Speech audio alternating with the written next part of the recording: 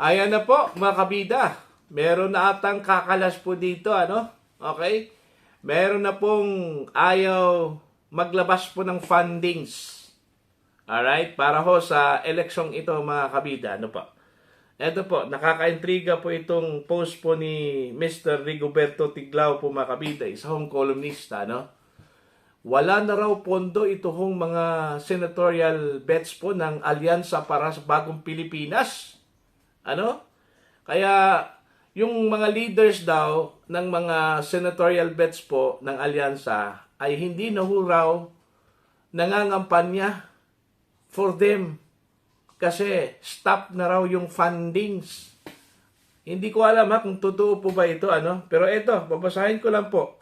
Ito hong post po, mga kabida, ni Rigoberto Tiglao sa kanyang Facebook account.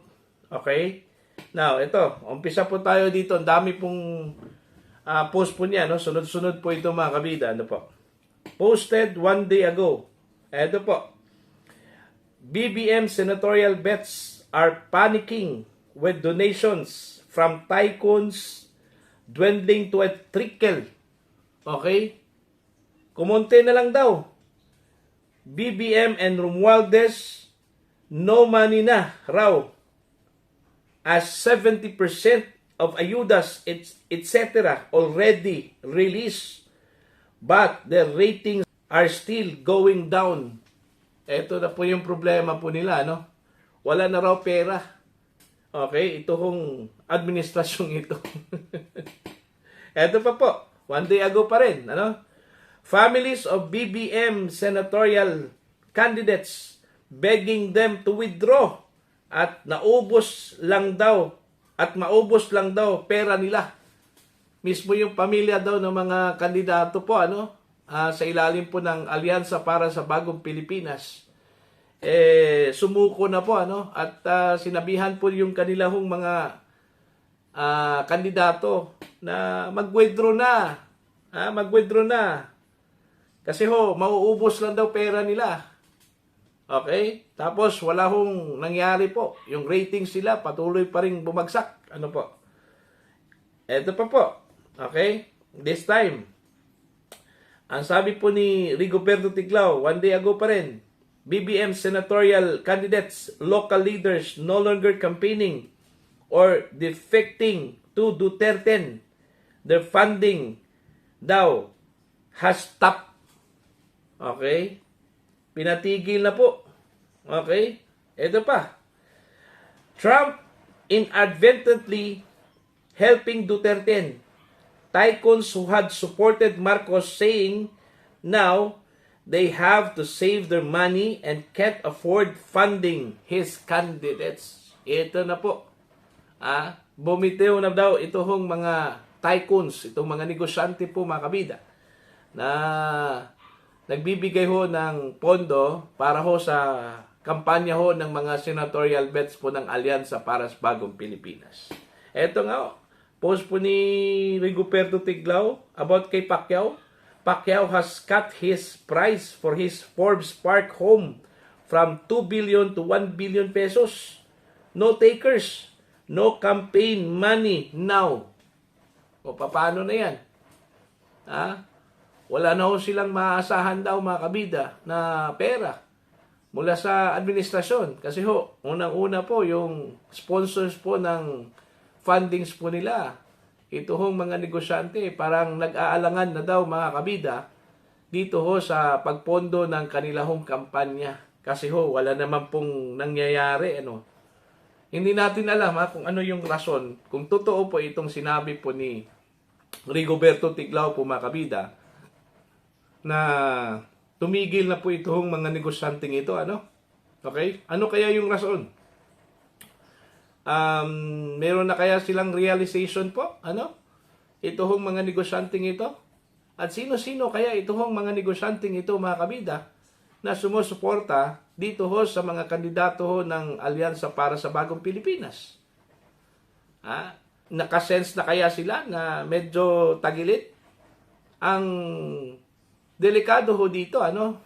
Kung itoong mga negosyanteng ito ay babaliktad po, mga kabida, no?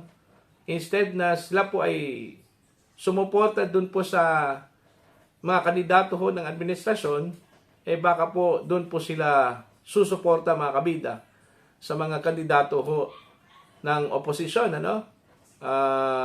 Ito hong mga PDP Laban senatorial bets. Kasi alam naman po natin mga kabida, ito hong PDP Laban senatorial bets ay unti-unti na pong umakyat. Okay? In fact, 4 na po sa kanila mga kabida ay nakapasok na po sa Magic 12. Okay? Tapos yung iba po, palapit na po sa Magic 12. Nako, eto na po yung sinasabi po nila mga kabida na magkaroon po ng twist, okay? Before election day. Yun yung delikado. Pag dating ho ng election day po mga kabida, iba na po yung, kasi may mga service pa okay? Mayroon pong mga service pang darating po mga kabida. At baka po, pagdating ho sa mga service na yan, babaliktad na po yung senaryo po mga kabida. Yun yung napakalungkot at napakasakit po sa part po ng administrasyon.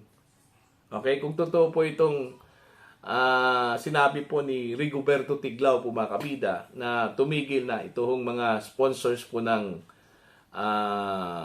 administrasyon para ho magbigay po ng fundings. Mantakin nyo mas minabuti po nilang isave na lang yung pera kaysa ibigay po, okay? Para ho sa kampanya ng mga kandidato ho ng Alyansa para sa Bagong Pilipinas.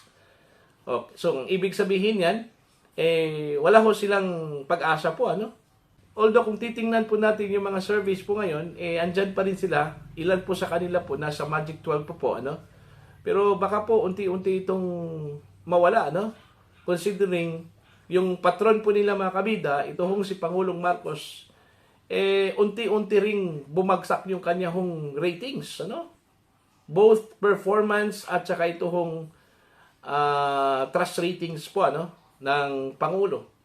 Okay, paano ikampanya yan ng Pangulo mga kabida? Na mismo siya, bumaba yung kanyang ratings. So, parang nangangampanya po siya dun sa kanyang mga kandidato na walang kredibilidad, Parang ganun yung labas di ba?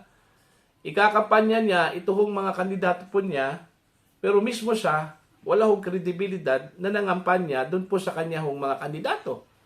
Paano yan siya i-reconcile po? Yan po yung sinasabi po nilang unti-unti na raw na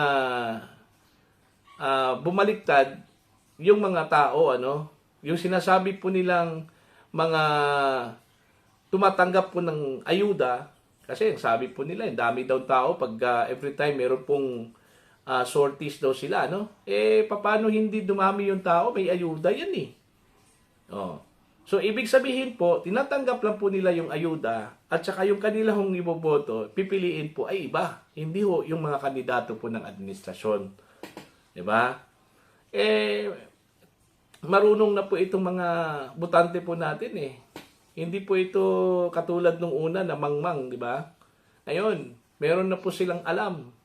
Alam na po nila kung sino yung mga kandidato na dapat po nilang iboto. Hindi ho dahil dala po ng administrasyon, mga kabida. Kung hindi, yung mga kandidato na sa palagay po nila, makakatulong po talaga, Hindi lang po sa kanila, kundi sa bansa po, mga kabida. So, ito na po, Titingnan na lang po natin ito, Kung ano po yung magiging diskarte po ng administrasyon dito, mga kabida, po. Kasi nung una po, the vote is sinking, okay? The ship is sinking. Ngayon, ang tagline na raw, mga kabida, base po dun sa mga komento po, is the end is near. The end is near na raw, So, titingnan natin kung makayanan ba, ni PBBM itong pressure po ngayon, mga kabida. Kasi kung tutuusin po mga kabida, wala pong ibang pwedeng sisihin po itong si Pangulong Marcos, dito sa pag-drop po ng kanyang trust ratings at saka performance ratings po mga kabida, kundi siya mismo, Ang Pangulo mismo Kasi hinayaan po niyang diktahan po siya, Hinayaan po niyang mangyari po ito. Okay? Plus, ito pa pong mga asungot po, mga kabida, sa kanyang paligid. imbes na nakakatulong, okay, mas lalong tumindi yung damage po, ano? Diba? So, dapat mag-isip-isip po itong Pangulo at itong kanyang team kung paano ho makarecover dito ho sa dagok na ito. Kasi dagok po ito, mga kabida, no? Mantakin nyo, pinakamababang trust rating so far, ano? Nakuha po ni PBBM. Isang quarter lang po, ano? Ng mga Pilipino, ano po? 1/4 of the Filipino people sa buong Pilipinas. Yun ang yung nagtitiwala po sa kanya. Samantalang 2/3, mga kabida, ayaw. Ay nako. Sana po magkaroon po ng realization po itong Marcos administration, mismo yung Pangulo po natin, mga kabida. Dahil ho sa mga nangyayari po sa bansa, dapat na po sigurong mag-isip-isip. Okay? Kung ano talaga ang dapat direksyon na tatahakin po, Okay? So, yun lang po para po sa inyo. Ano po yung inyong opinion at pananaw po dito, mga kabida, Dito ho sa sinabi po ni Rigoberto Tiglao na medyo nag-alangan na po yung mga sponsors po ng administrasyon, mga negosyante na nagbibigay ho ng pondo, mga kabida, para ho sa kampanya po ng mga kandidato ho ng administrasyon, You can comment down sa mga hindi pa po subscribers sa aking channel. Please subscribe. Just click the subscribe button, click the notification bell, click all para updated po kayo, mga kabida, sa aking mga uploads. Maraming salamat po sa inyo lahat.